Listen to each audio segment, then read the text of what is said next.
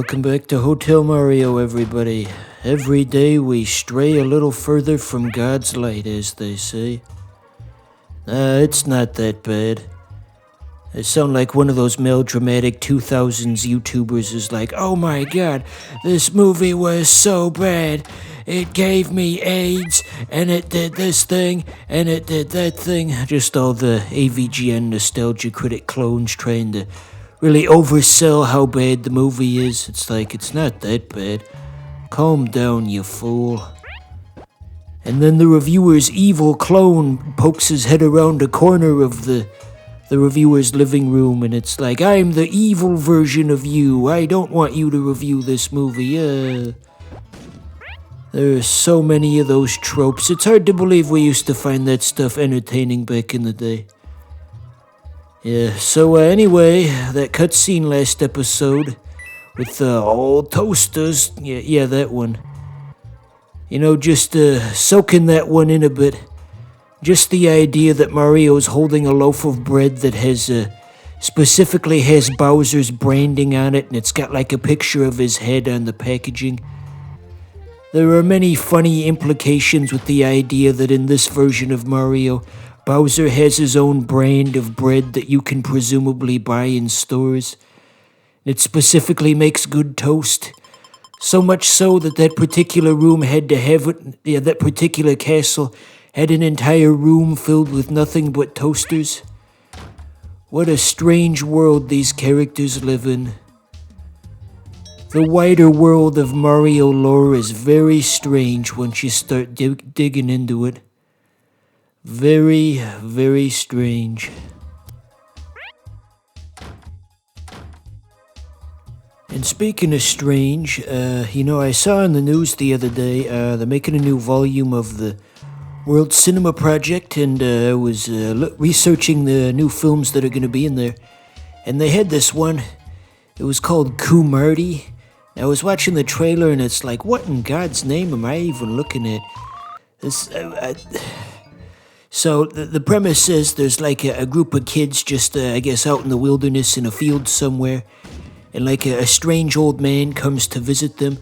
And on the surface level, you may think that something absolutely horrible is about to happen from there. But no, he's got like a nice, friendly teaching vibe, the old man that is. And also he's like a wizard, I guess. He's gonna do some magic tricks for the kids, and he's like a Barney the dinosaur type figure, if that makes any sense. He like tries to teach them good morals and lessons and such, and there's songs, and but I guess like, the Bengali version of Barney the dinosaur, they can't afford costumes, so he's just like an old man without a shirt. It's just all so completely bizarre. It's like, I just have to see this just to confirm that this is even real. It's like, what do you even compare this to? To think that the rabbit hole of strange foreign cinema goes even deeper than I thought. With House, I thought I had reached the bottom of the well, but to think that there's another layer of hell below even that, it just kills me, man.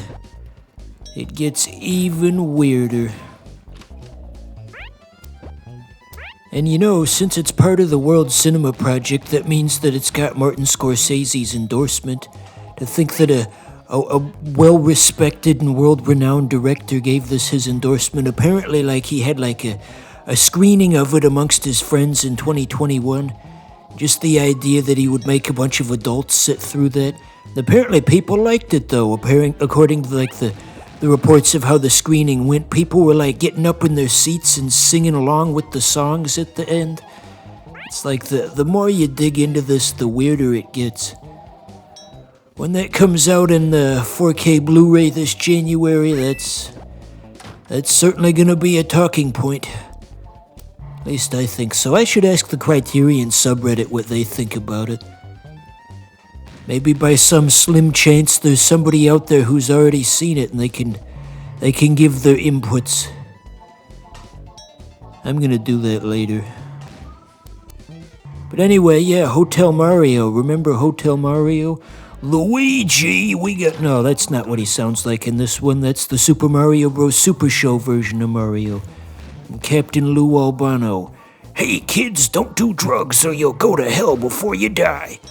Please. Endlessly funny clip. My goodness.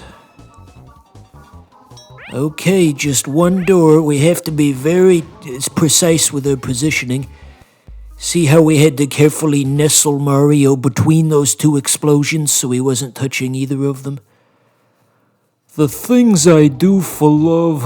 Anyway, boss time, yay. They've stopped putting arrows on the doors. But there's a trade-off. It's not just additional confusion for no reason. See now, all the elevators that go down are on the left side, and all the ones that go up are on the right side. Of course, they didn't tell you that, but I just kind of figured that out from experience. So I would argue that's actually a little easier to work with than the way it was before, where up and down can just be thrown about everywhere. And also they'd have that accursed dinging and the up and down would switch every now and again. Believe it or not, this is more manageable. All the way you're rolling, kings to me, heave away, all the way. All the way you'll hear me sing, we're bound for South Australia. Can you tell I'm running out of things to say about Hotel Mario? I just have to resort to this stupid, pointless crap that has nothing to do with anything. I mean, for God's sakes, we're over an hour into this. What else is there than to just quote the funny YouTube poops? Lots of spaghetti. Luigi, look. Dear pesky plumbers, the Kooperlings... Oh, another one.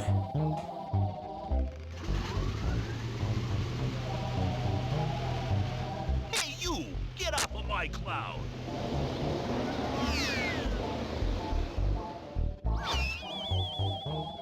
It's been one of those days. Come on, Luigi. We ain't afraid of no Koopas. Whoa. Hurry!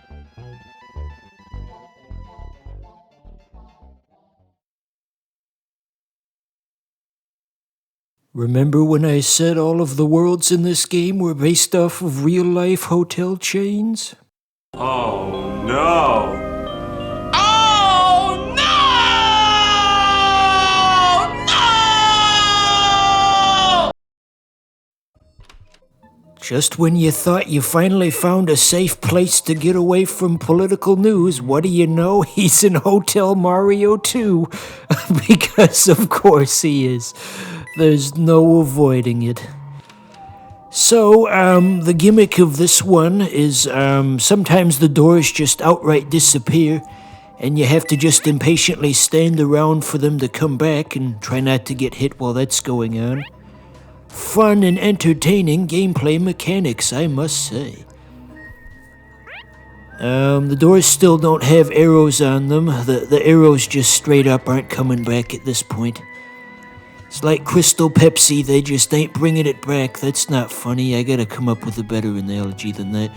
Anyway, and also, the dry bones, they function as they would in regular Mario. You can't kill them permanently. But in Hotel Mario, that has some rather unfortunate implications. Because, as you know, the Koopas can reopen the doors, so having Koopas that can't permanently die is going to be quite the inconvenience, I must say. Quite the inconvenience, I must say. More or less functions like the Crimson Heads in the original Resident Evil. Remember that? With the Crimson Heads, you had to burn the bodies afterwards, or else they would come back, and it would be horribly inconvenient. Hotel Mario did it first, huh? We gotta track down the creator of Resident Evil.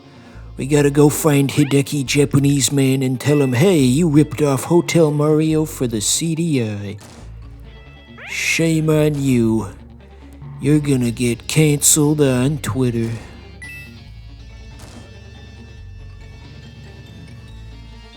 So anyway, just speaking of annoying mechanics, just Looking ahead at what we would have to do to actually beat Hotel Mario on camera, if that's what we want to do for some ungodly reason, it looks like the Bowser world that comes at the end takes up the entire last third of the game. So if we did want to do that, we would have to have 5 consecutive episodes where the background does not change. And I think that wouldn't be very entertaining to watch, now would it? If it's not entertaining, why bother? If I'm not having a good time and you're not having a good time, as Reggie Fils-Aimé says, if it's not fun, why bother? Now, if you'll excuse me, I've got to get back to playing Animal Crossing New Leaf on my Nintendo 3DS. Do you think he said that so many times that he just still says that out of habit, just randomly? He'll just be having dinner with his family, and once he finishes eating, he says, "Now, if you'll excuse me, I've got to get back to playing Animal Crossing." Yeah, you get the idea. Okay, yeah, I'm done with Hotel Mario. I've suffered enough. You want me to show you tough? I'll show you tough.